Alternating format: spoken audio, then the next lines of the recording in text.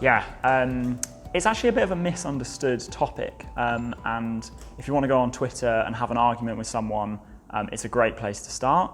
Commonly when we're talking about startups and products, we think about user experience and UX as being wireframing and creating prototypes, iterating and learning fast.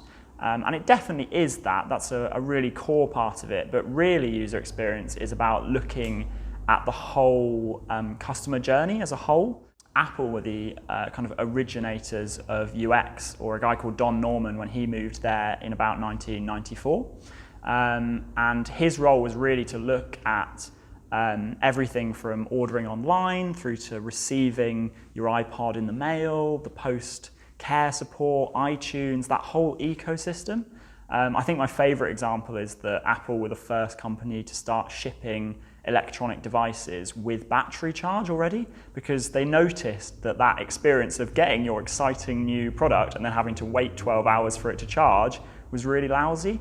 So UX is about spotting those really friction points in a product or an experience, and then making that more seamless and more enjoyable for users. One thing is not the game changer, but then if you think about Apple as a brand and an experience, when you put all of these seamless things together, it creates something much bigger than the sum of its parts, because you find something just works. I think UX is something you really don't notice when it's done well, and you really miss when it's done poorly. If you think of banking pre-Monzo and what a horrendous experience setting up a bank account was, when you're then introduced to something that's so much slicker and so much easier to use, it becomes a real competitive advantage. And actually nowadays is almost becoming a necessity to have great UX, whereas it used to be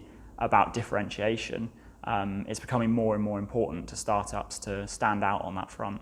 So I think the main thing is, and actually this was the first thing we talked about earlier today, was it comes back to users and making sure that we're building things for users and from their perspective.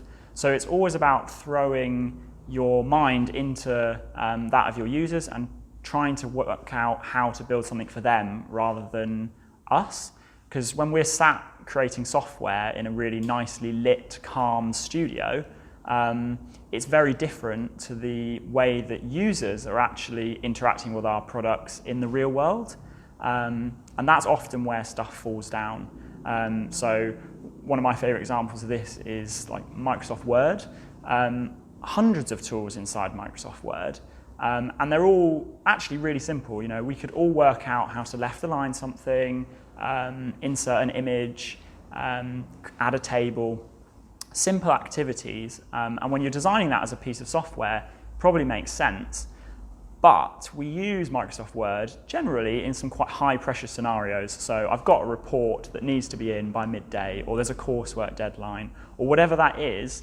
Suddenly the anxiety and the use case for that piece of software makes that ribbon at the top of Microsoft Word an absolute nightmare. It's like, where is that tool that I needed? You know, I know how it works and where it is, but it's not accessible.